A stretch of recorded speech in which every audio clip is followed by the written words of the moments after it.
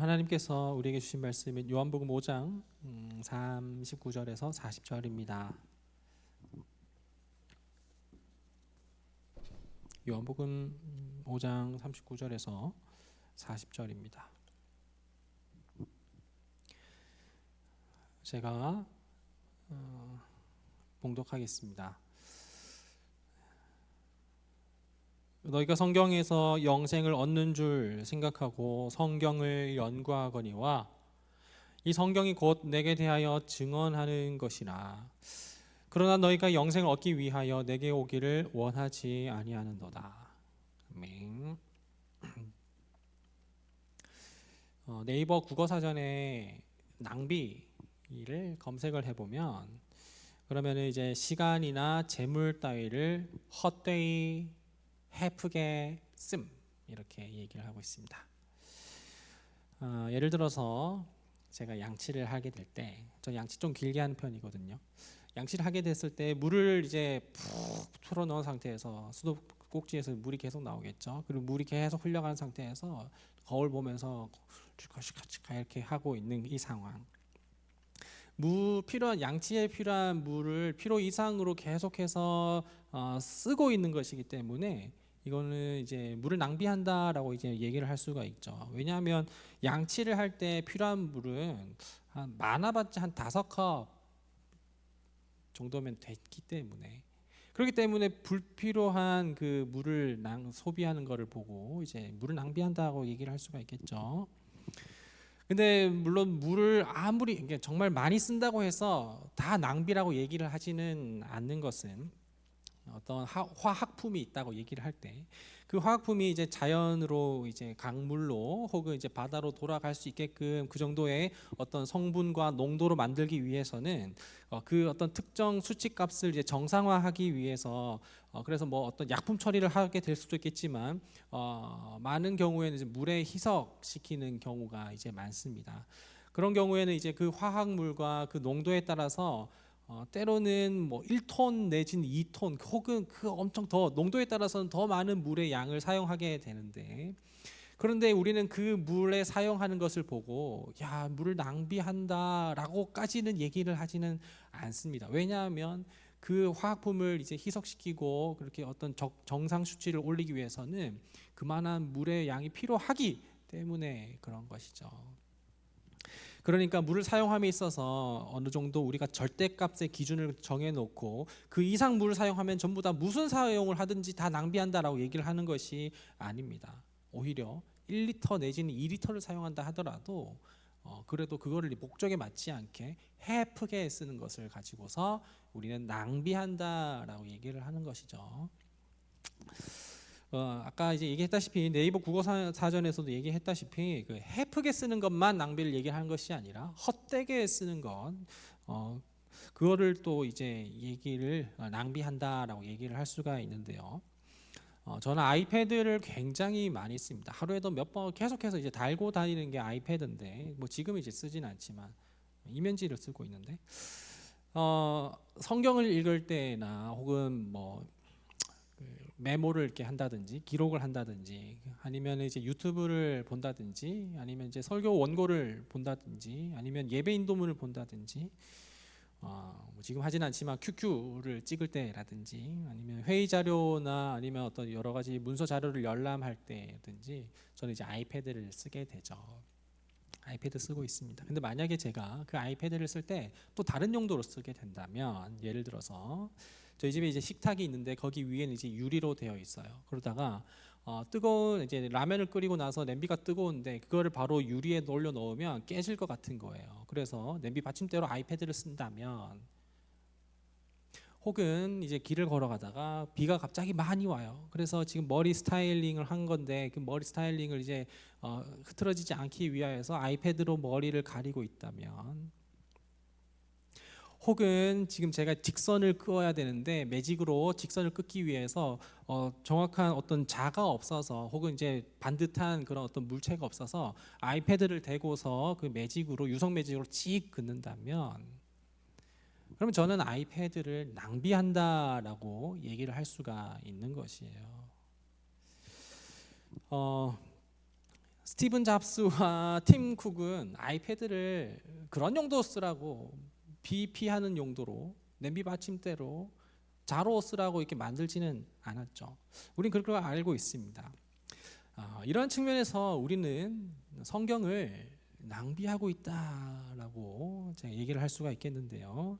조금 더 이제 좀 성경에 대해서 좀 알아보도록 하겠습니다. 여러분들도 다 알다시피 성경에는 66권이 이렇게 쭈르륵 되어 있는데 이 성경 66권의 어떤 모든 책마다 그러니까 창세기 책, 출애굽기 책, 이 책 66권마다 똑같은 장르로 되어 있지는 않습니다. 꽤 다양한 장르와 어떤 문학적인 기법 표현을 가지고서 66권이 이렇게 구성이 되어 있는데요. 성경에는 창세기나 그 출애굽기 혹은 이제 사무엘서와 같은 그런 흥미로운 이야기가 나열된 그런 역사책도 있고 성경에, 그리고 레위기나 신명기처럼 헌법책 같은 어떤 율법 지루하기만 한 그 율법 내용들이 이렇게 쭈르륵 나열되어 있는 그런 책도 있고, 감사나 혹은 현실에 대한 어떤 탄식과 같은 그런 노래 혹은 사랑의 고백이 담긴 그 고백이 적힌 시가 적힌 그 시편도 있습니다. 잠언이나 전도서처럼 그 이 세상에서 있는 그 지혜와 교훈들, 엄청난 명언들이 적혀 있는 책도 성경 66권 가운데에 있죠. 그리고 바울이 쓴 편지글이 성경이 된 경우도 있습니다. 바울이 해당 교회마다 이렇게 편지를 썼던 그 편지들이 모여서 그것을 가지고서 바울 서신서라고 하면서 그것도 이제 편지 형식의 또 성경이 있죠. 때로는 이제 같은 사건을 두고서도 여러 가지 관점에 따라서 이게 정말 성경이 하나의 말을 하고 있는 게 맞나라고 싶을 정도 의심이 들지만 하나의 사건을 가지고서 여러 가지 이제 시각에 따라서 평행 본문을 이루고 있는 책들도 있는데, 예를 들면 마태, 마가, 누가, 요한의 시점으로 본 예수 그리스도의 기적의 이야기들 혹은 그런 하나님 나라에 대한 이야기들을 이렇게 적힌 것, 자기의 관점과 자기 관심사의 어떤 프레임에 따라서 그걸 보게 된 것, 그것도 전부 다 성경에 되기도 합니다.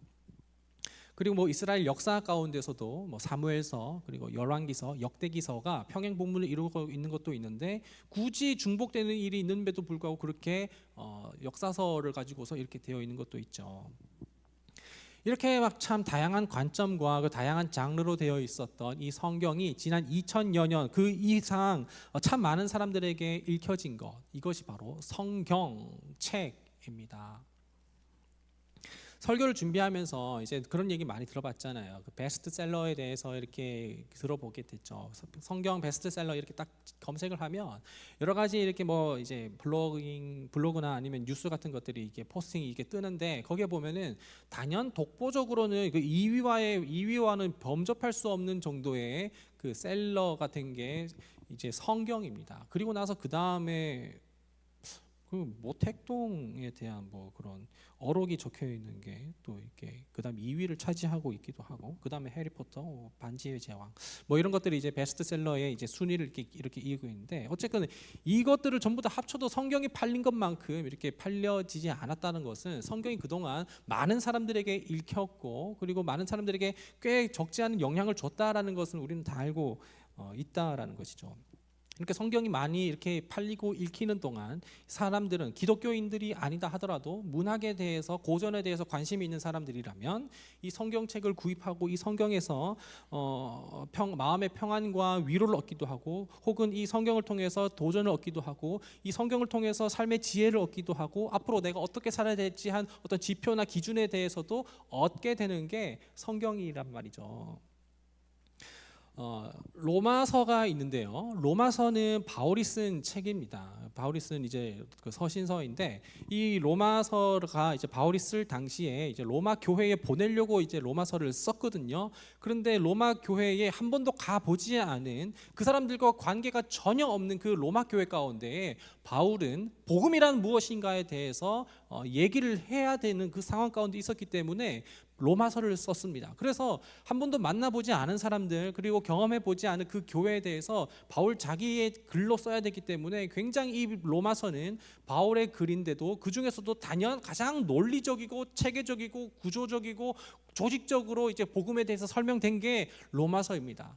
그래서 제가 최근에 어떤 책을 읽었었을 때 로마서에 대해서 소개를 하면서 그 로마서는 어떤 대학교인지 제가 기억이 안 나는데 어떤 대학교의 논리 수업 가운데에 기독교 수업이 아닌데 로마서를 가지고서 이 논리학에 대하여서 갖다 쓸 만큼 이 성경 안에 있는 로마서가 그런 논리에 대해서 혹은 다른 곳 처세술에 관하여서 이렇게 사용되고 있다. 그러니까 제가 지금 말씀드리고 싶은 게 뭐냐면 성경은 많은 사람들에게 읽혔고 그리고 여러 가지 교훈과 그리고 지혜와 도전과 위로와 어떤 마음의 감동 그리고 어떤 학문을 위해서 사용되기도 했다라는 것이 바로 성경이란 말이에요.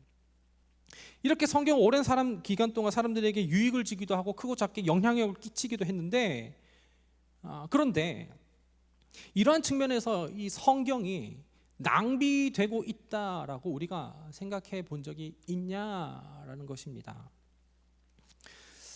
아이패드를 제가 쓰고 있지만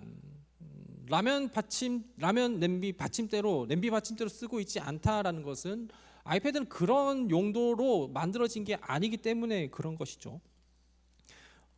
아이패드로 제가 쏟아진 머리에 비를 이제 피하지 않고 차라리 맞고 마는 것은 제가 머리에 숱이 많아서가 아니라 아이패드는 그런 용도로 만들어져 있지 않기 때문에 제가 그렇게 아이패드를 그런 용도로 사용하지 않는다라는 것이죠. 성경은 많은 사람들에게 많이 감동을 주기도 하고 도전을 주기도 하고 마음의 평안과 위로를 주기도 하지만 그거를 위하여서 쓰인 책은 아니에요. 논리를 위하여서 학문을 위하여서 대학교에서 수업 가운데 로마서를 갖다 쓰지만 로마서는 그 목적으로 쓰여진 것이 아니란 말입니다. 오랜 시간이 지나면서 사람들에게 그런 여러 가지 유익을 주고 교훈을 주고 그리고 어떤 윤리적인 것과 도덕적인 것 그리고 역사적인 자료로 그렇게 성경이 사람들이 그 기능을 가지고 사용을 하기는 하지만 성경이 쓰인 것은 그 용도로 쓰인 것은 아니라는 것이에요. 성경은 많은 사람들에게 그리고 인류의 많은 그 믿음의 선조들에 의해서 지혜의 문헌이 쓰여지기도 했었지만 그래서 그 지혜가 우리에게 지혜가 되어서 우리가 그 성경을 위해서 어제보다 더 지혜로운 사람이 될 수는 있겠지만 그런 내용이 있다 하더라도 그런 유익이 우리에게 있다 하더라도 그런 목적을 위해 쓰인 것은 아니라는 것. 성경에는 특정 인물의 이야기를 쭉쭉쭉쭉 풀어가면서 야, 이 사람 정말 대단한 사람이다. 정말 이 사람은 정말 대단한 믿음을 가졌고 대단한 결단력을 가졌다라고 이렇게 그 특정 인물에 대하여서 그렇게 성경 기록은 하고 있지만 성경은 위인전이 아니에요. 성경에는 과학적인 이야기도 담겨져 있고 그리고 초자연적인 이야기도 담겨져 있지만 성경은 그럼에도 불구하고 과학책은 아니에요. 성경에는 여러 가지 고대의 많은 이야기들과 그리고 관습과 문화와 그리고 시대적인 배경을 담고 있는다 하더라도 역사적인 사실을 담고 있을지언정 성경은 역사책은 아니라는 것입니다. 성경에는 각가지 상황에서 나오는 그런 믿음의 고백들 그리고 노래와 시들이 적혀 있지만 시집은 아니에요. 성경에는 일반인들이 깨닫지 못하는 그런 지혜와 그런 어떤 어록들 그런 것들이 담겨 있지만 지혜 문헌일 뿐이지 성경은 우리에게 그 이상의 것을 말해주고 있다라는 것입니다. 그러나 우리는 그런 용도로만 대하고 있으니 우리는 그 성경을 낭비하고 있다라고 얘기를 하는 것이죠. 우리가 그 성경을 읽을 때 뮤인전을 읽듯이 읽는다면 역사책 대하듯이 이것은 역사적으로 오류가 있는가 없는가 혹은 과학적으로 이것 증명된 것이인가 아닌가라고 그렇게만 읽는다면 우리는 성경을 낭비하는 것입니다. 그 목적대로 우리가 읽지 않고 있는 것입니다. 막막하고 깜깜한 우리 현실 가운데 내가 정말 어쩌할 수 없어서 하나님 내게 무슨 말씀이라도 해주세요라고 하면서 오늘 이 말씀 하나 둘 셋 딱 해서 여기에서 나타난 이 말씀을 가지고서 내가 용기를 얻고 위로를 얻고 이 말씀을 지표대로 살아간다라는 것 이거는 그 종교적인 그 의식 같은 거 아닌가요? 우리는 이렇게 잘못된 방법으로 성경을 낭비하고 있는 것 아닌가요? 오늘 본문 당시의 유대 종교 지도자들은 성경을 정말로 귀하게 여겼습니다. 그리고 뿐만 아니라 오늘날 우리가 성경을 대하는 것과는 비교할 수 없을 정도로 우리가 성경을 읽고 그리고 큐티하는 것과는 비교할 수 없을 정도로 그들은 성경에 대해서 묵상을 하고 읽고 연구하고 상고했단 말이죠. 날마다 성경을 부지런히 읽는 것은 기본이고 그리고 그 연구와 그 깊이 그리고 거기에 대한 주석까지도 계속해서 쓰는 것 그것이 이제 유대의 종교 지도자들의 모습이었는데요. 39절에서 연구한다라는 단어가 헬라어에 현재 시제로 사용됐는데, 이 말은 무엇이냐면 예수님께서 당시 그 사람들에게 말씀하고 있는 그 당시 가운데서도 연구를 했었다가 아니라 연구가 계속 지금 되고 있다라는 것을 얘기를 하고 있는 것입니다. 그들은 신명기 6장에 있는 그 말씀에 따라서 하나님의 말씀인 그 율법과 그 말씀들을 잊지 않기 위하여서 손목에도 두르고 그리고 미간에도 붙이면서 날마다 그 말씀이 그 우리 가운데 있도록 계속해서 정말로 열심히 노력한 사람들이고, 그 신앙의 순수성을 그리고 거룩함을 그렇게 지키기 위하여서 노력했던 사람들이 바로 유대의 지도자들입니다. 성경을 연구하고 읽고 그 강론하는 것, 그리고 성경을 듣는 것에 대해서 그 다른 어떤 스케줄과도 타협하지 않았고, 그 말씀을 읽고 듣는 것에 대해서 마음의 중심을 지키면서 다른 것과는 빼앗기지 않으려고 노력했었던 사람이 유대의 종교 지도자들입니다. 이들이 그렇게나 열심을 냈었던 이유는 무엇이냐면 그 영생에 대한 관심과 갈망이 있었기 때문에 그런 것이죠. 하나님 나라에 대한 그 고대함이 있었고 하나님 나라를 사모하고 있었기 때문에 이 사람들은 그 영생을 위하여서 하나님 나라라고 하는 그 정말 새로운 삶, 정말 열린 삶, 영원한 삶을 고대하고 갈망하는 마음으로 성경을 읽었었다라는 것입니다. 그래서 그 어떤 것과도 다른 것과도 타협하지 않고 빼앗기지 않고 말씀을 읽고 강론하고 듣는 것에 대해서 연구하게 된 거에서 끝까지 계속해서 지켰다라는 그런 사람들인 것이죠. 그런데 이런 사람들이 계속해서 성경을 읽고 그리고 그 성경에 대한 지식이 축적이 되면서 그 성경의 지식이 이제 종교적인 지위가 되어서 언젠가는 사람들을 이제 판단하게 되고, 그 지식이 자기의 종교적인 지위가 되어서 그래서 점점 더 자기의 어깨가 올라가면서, 그래서 나는 어느 정도 영원한 생명을 얻기 위해 어느 정도 자격이 되었다라고 이렇게 생각하는 사람들이 생겨나기 시작했는데, 그것이 바로 부자 청년의 모습이기도 한 것이죠.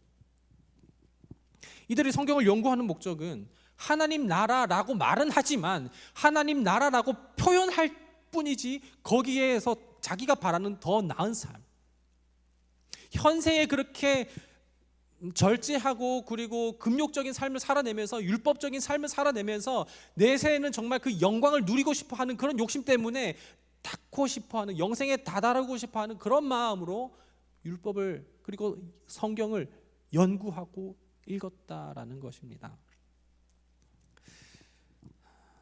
그리고 율법을 지키지 않는 것에 대해서는 마치 생명을 잃어버리는 것처럼, 하나님 나라를 잃어버리는 것처럼, 죽음을 가까이 하는 것처럼 성경을 읽지 않고 율법을 가까이 지키지 않는 것을 두려워했었던 사람들입니다.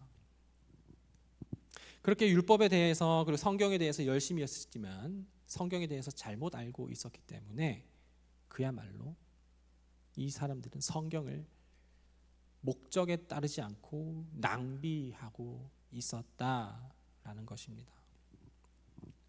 믿음 시리즈를 이렇게 쭉 하면서 여러분들에게 몇 번씩이나 반복을 하면서 언급을 했었지만, 하나님께서 우리에게 주시는 복은 창세기에서는 명확하게 얘기는 하고 있지 않지만 우리는 그 어떤 문맥과 그 어떤 단어에 대해서 우리가 충분히 우리가 유추해내고 이제 도출해낼 수 있다면, 그 아브라함을 통해서 주시겠다라는 하는 그 자손을 통해서 주시겠다라고 하는 그 복은 다름이 아닌 예수 그리스도라는 것을 우리는 알고 있습니다. 그 아브라함의 자손으로 오는 그 사람으로 인해서 복을 얻게 된다는 것은 그 아브라함의 자손으로 오신 예수 그리스도를 통하여서 우리는 영원한 생명 구원을 얻겠다는 그 복이 있다는 것이지, 다른 자녀들이 많아지고 재산이 많아지는 것을 이야기하고 있는 것이 아니라는 것을 얘기를 했습니다.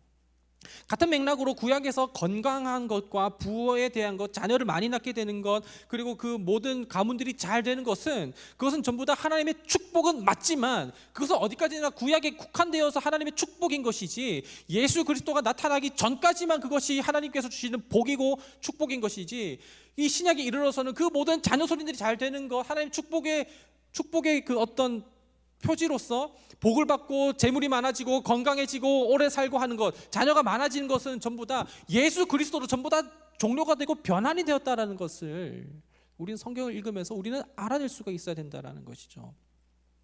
신약에 이르러서는 하나님의 축복으로서 돈이 많아지는 것, 자녀가 잘 되는 것, 우리 앞날이 잘 되는 것, 거기에 대해서 하나님께서 축복하신다라고는 단 한 것도 적혀 있지 않습니다. 전부 다 구약에서는 전부 다 구약과 신약은 전혀 다른 얘기를 하는 것처럼 다른 얘기를 하고 있는 것은 그 기점이 예수 그리스도이기 때문에, 그렇기 때문에 그런 것이죠. 오늘 본문에서도 말씀하시다시피 39절에서는 예수님께서는 이 성경을, 너희들은 성경을 연구하거니, 영생을 위해서 성경을 연구하거니와 이 성경은 나에 대하여서 증언을 하고 있다라고 예수님께서는 명확하게 얘기하고 계시다라는 것이죠. 그러나 이 사람들은 성경을 연구하는 이 과정을 통하여서 영원한 생명, 이것 하나님 나라를 얻는 과정은 율법을 지킴으로써 자기들의 행위에 의하여서, 노력에 의하여서 취하게 되는 것이라고 생각했었기 때문에 예수님에 대하여서는 구약의 모든 창세기로부터 예언서와 이 시가서 모든 것은 전부 다 오실 메시아 예수 그리스도를 얘기하고 있지만, 그 예수 그리스도에 대하여 그분이 바로 예수님, 눈앞에 있는 예수님이라고는 생각을 하지 못했기 때문에 예수님에 대하여서는 나아가지 않는다라고 40절에 이야기를 하고 있다라는 것이죠. 그야말로 성경을 낭비하고 있었다라는 것입니다. 성경은 우리에게 도전을 주고, 그리고 감동을 주고, 또한 흥미를 주게 되기도 합니다. 지혜를 주기도 하고, 또 율법을 지킴으로써, 성경을 알므로써 우리가 영생에 닿도록 이렇게 하기도 합니다. 그런 기능도 있습니다. 하지만 그걸 위하여서 성경이 우리 가운데 있는 것은 아닙니다. 베스트셀러가 됐기 때문에 권위 있는 것이 아니라 예수 그리스도를 증언하고 있기 때문에 성경은 권위가 있다라는 것입니다. 이 말씀은 곧 예수 그리스도이기 때문에 그 자체로 권위가 있다라는 것이죠. 많은 사람들에게 읽혔기 때문에, 많은 사람들에게 영향력을 주고 있기 때문에 이 성경이 영향력이 있다라는 것이 아니라 예수 그리스도, 하나님의 아들로 오신 그분을 증언하는 책이기 때문에 이 성경은 우리에게 유의미하다라는 것입니다. 성경은 처음 창세기부터, 그리고 말라기 이르기까지, 그리고 마태복음부터 요한계시록에 이르기까지 전부 다 예수님에 대한 책이고, 오실 메시아, 그리고 다시 오실 메시아에 대하여서 얘기하는 책이고, 이 영원한 생명은 다른 것에서 있는 것이 아니라 예수님을 가까이 하는 것에서 영원한 생명을 누릴 수 있고 하나님 나라를 누릴 수 있다라는 것을 얘기를 하는 것이죠. 예수님을 아는 것이 성경에서 말하고 있는 지혜이고, 예수님을 따르는 것이 하나님 나라에서 우리에게 주시는 그 하나님의 아들로서의 명예이고, 예수님과 사귀는 것이 우리가 진정한 하나님 나라로 살아가는 부를 누리는 것이고, 예수님과 함께 걷는 것이 우리가 복된 길을 걷는 것이지 다른 것이 아니라는 것입니다. 예수 안에 있는 것이 바로 영원한 생명을 누리는 것이고, 예수 밑에 있는 것이 우리가 하나님의 통치와 다스림 아래에 있는 것이고, 예수님 아래에 있는 것이 우리가 예수님의 보호를 받고 있다라는 것입니다. 다른 것이 복이 아니고, 다른 것이 부가 아니고, 다른 것이 형통이 아니라 모든 것은 전부 다 예수 그리스도 하나로 전부 다 설명이 된다라는 것이죠. 우리는 예배를 통하여서, 그리고 성경을 통하여서, 그리고 설교를 통하여서 무엇을 알아가기 원하고, 무엇을 깨닫기 원하고, 무엇을 듣기를 원하십니까? 예배는 물론 우리 가운데에 일주일 동안 지쳐 있었고 또 이렇게 무너졌었던 우리의 마음을 위로해주고 회복해주고 다시금 세워주기도 하지만, 그러나 이 예배는 그것만을 위하여서 존재하는 것이 아닙니다. 이 예배는 예수 그리스도로 인하여서 하나님 앞에 나아갈 수 있도록 하는, 하나님 임재 앞에 서도록 하는 것입니다. 성경은 우리에게 삶의 지혜를 주기도 하고 삶의 기준과 지표를 주기도 하면서, 성경 우리에게 여러 가지 도덕적이고 윤리적인, 그리고 사회 법률적인 우리에게 유익을 주고 깨달음을 주기도 하지만, 성경은 그것을 주는 기능도 있지만, 그렇게 사용할 수도 있지만, 예수 그리스도 한 분만이 누구이신지를 증언하는 것이고, 예수님으로 우리가 낳고, 예수님으로 우리가 믿음이 종결되고, 예수님을 통하여서 우리가 하나님의 영원한 삶을 누릴 수 있다는 것을 이야기하고 있는 것이 바로 성경입니다. 설교는 설교자에 따라 다르겠지만 위로를 해주기도 하고 재밌게 해주기도 하겠지만, 그걸 통하여서 우리는 어떤 지식을 습득을 하고 성경에 대한 구조에 대해서 꿰고 있게 되기도 하겠지만, 설교는 그 무엇보다도 우리의 마음을 위로하려고 하는 것이 아니라, 설교는 이 강단에서 예수 그리스도의 주 되심과 그 구원하심과 구속하심에 대해서 계속해서 선포되는 것이 바로 설교입니다. 그렇지 않다면 예배는 낭비되고 있는 것이고, 그렇지 않다면 성경은 낭비되어서 사용되어 있는 것이고, 그렇지 않다면 설교는 소모되고 낭비되고 있는 것일 뿐입니다. 그리스도가 빠진 예배는 참된 예배가 아니고 종교적인 의식일 뿐입니다. 그리스도의 관점으로 구속사의 관점으로 읽지 않는 성경은 교보문고에 그렇게, 영풍문고에 그렇게 널려 있는 여러 가지 그냥 서적들의 한 권에 지나지 않을 뿐이고, 그리스도가 선포되지 않는 설교는 강연 내지는 세미나 내지는 잔소리가 될 뿐입니다. 어떤 유튜버가 최근에 아이폰은 이제 12, 13, 14로 되면서 세라믹 쉴드가 사용됐고 전면 글래스와 후면 글래스가 상당히 내구성이 엄청나다고 하면서 실험 영상을 찍었는데, 어떤 영상을 찍었냐면 이제 이걸로 호두도 깨고 망치도 못도 박을 수 있다라고 이렇게 얘기를 하는 것을 보았습니다. 그렇게 내구성이 좋아지고 그리고 단단해졌다 할지라도 그 아이폰으로 호두를 깨고 못을 박는 것을 보고도 우리는 야, 아이폰 새로운 기능이 생겼구나라고, 난 이제 못질을 해야 되기 때문에 아이폰을 사야 돼, 호두를 많이 깎아 먹어야 되기 때문에 아이폰을 사야 돼가 아니라, 그건 어디까지나 휴대폰을 오래 사용하도록 하는 어떤 그런 부속적인 것일 뿐이지, 아이폰을 만드는 그 목적과 그 본질의 그 의도는 변하지 않습니다. 우리가 성경을 두고 여러 가지 유익을 얻는다 할지라도, 여러 가지 인사이트를 얻는다 할지라도, 우리가 여전히 예수 그리스도에 대해서 관심이 없으면 우리는 성경을 낭비하고 있는 것입니다. 우리는 이제 더 이상 예배와 성경과 설교를 낭비하지 않았으면 좋겠습니다. 우리는 그리스도인입니다.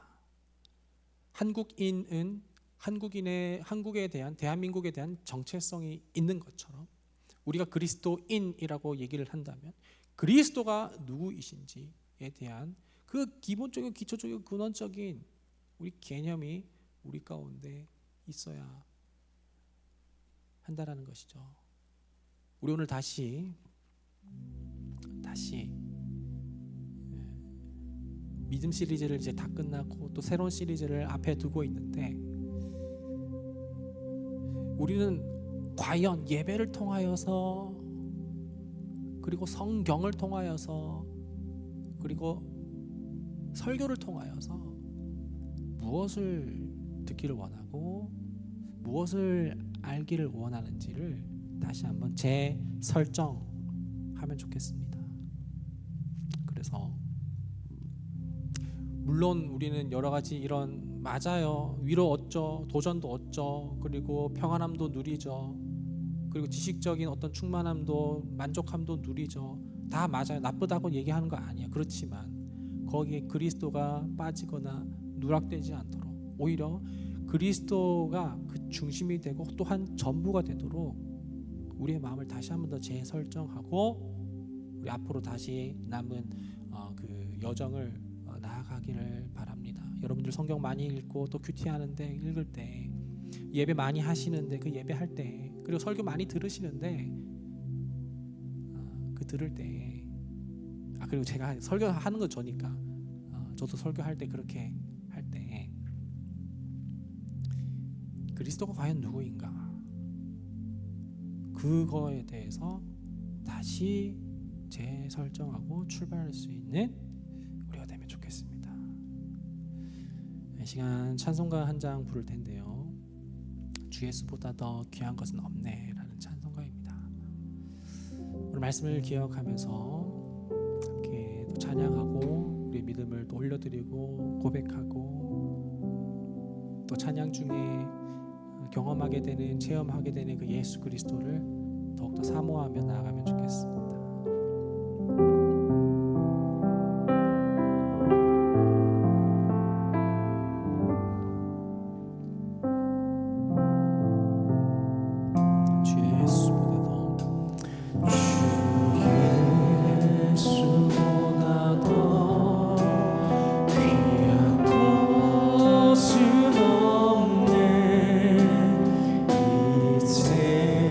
세상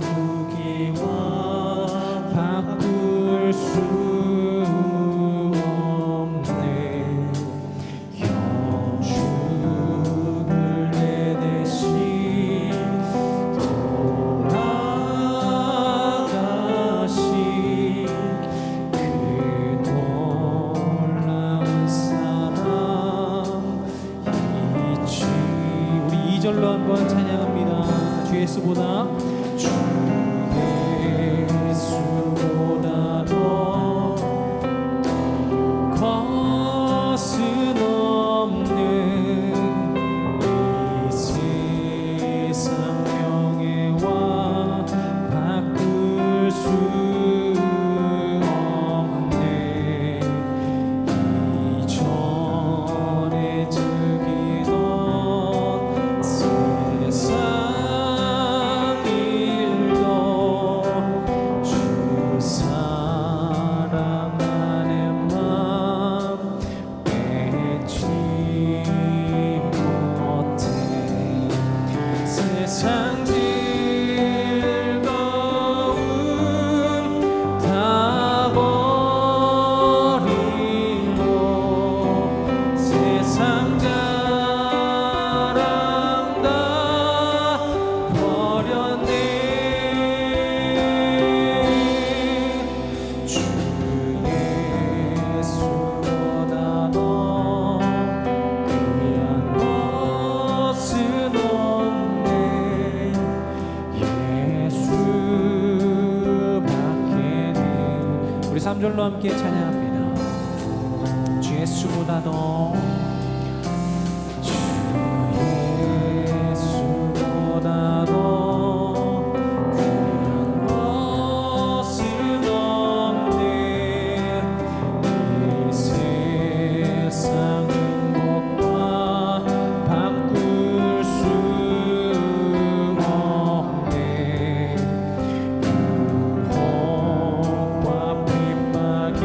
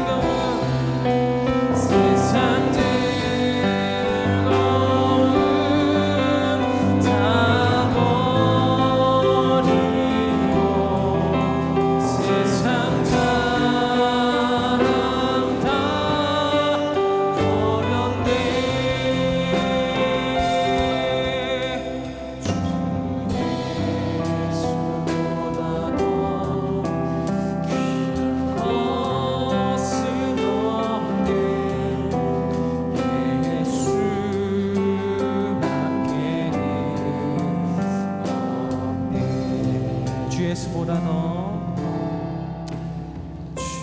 주 예수보다 더 귀한 것은 없네. 예수밖에는 없네. 주 예수보다 더 주 예수보다 더 것은 없네. 예수밖에는. 우리 눈을 감고 한번 해볼까요? 주 예수보다 더 귀한 것은 없네. 주 예수보다 더 귀한 것은 없네.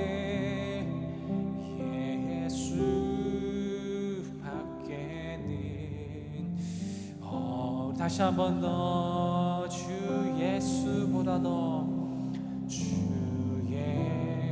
예수보다 더 귀한 것은 없네. 예수밖에는 없네.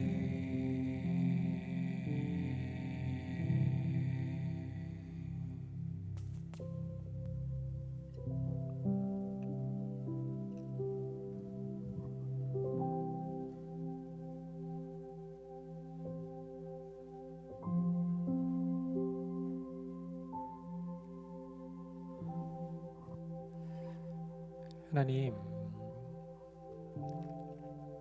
하나님의 구원과 우리를 구속하심과 예수 그리스도로 우리를 대속하심은 갑자기 비상이 걸려서 계획을 변경하시고 수정하시고 급작스럽게 한 것이 아니라 아담의 타락부터 미리 계획하시고 하나님의 뜻과 그 계획과 그 섭리에 따라 2000년 전에 예수 그리스도로 우리 가운데 오셔서 성경을 우리에게 주시고 예수 그리스도 한 분만으로 우리가 영원한 생명을 하나님 나라를 누린다는 것을 말씀해 주셨습니다. 성경은 베스트셀러이고 많은 사람들에게 영향력을 주고 많은 사람들에게 읽혔고 미국의 대학교의 교재로도 사용되고 있고 많은 사람들에게 도전도 주고 위로도 주고 그리고 사랑이 무엇인지도 설명해 주지만 우리는 그런 관점으로 성경을 보는 것이 아니라 예수 그리스도를 증언하는 성경임을 우리가 알고 믿으며 창세기부터 계시록까지 하나님의 구속사와 대속과 구원과 복음과 예수 그리스도가 무엇인지를 그 관점으로 우리가 보게 하여 주셔서 성경의 목적을 우리가 우리에게 주어진 그 목적을 바르게 이해하고 대할 수 있도록 성령의 지혜를 허락하여 주옵시고 우리를 이끌어 주시옵소서.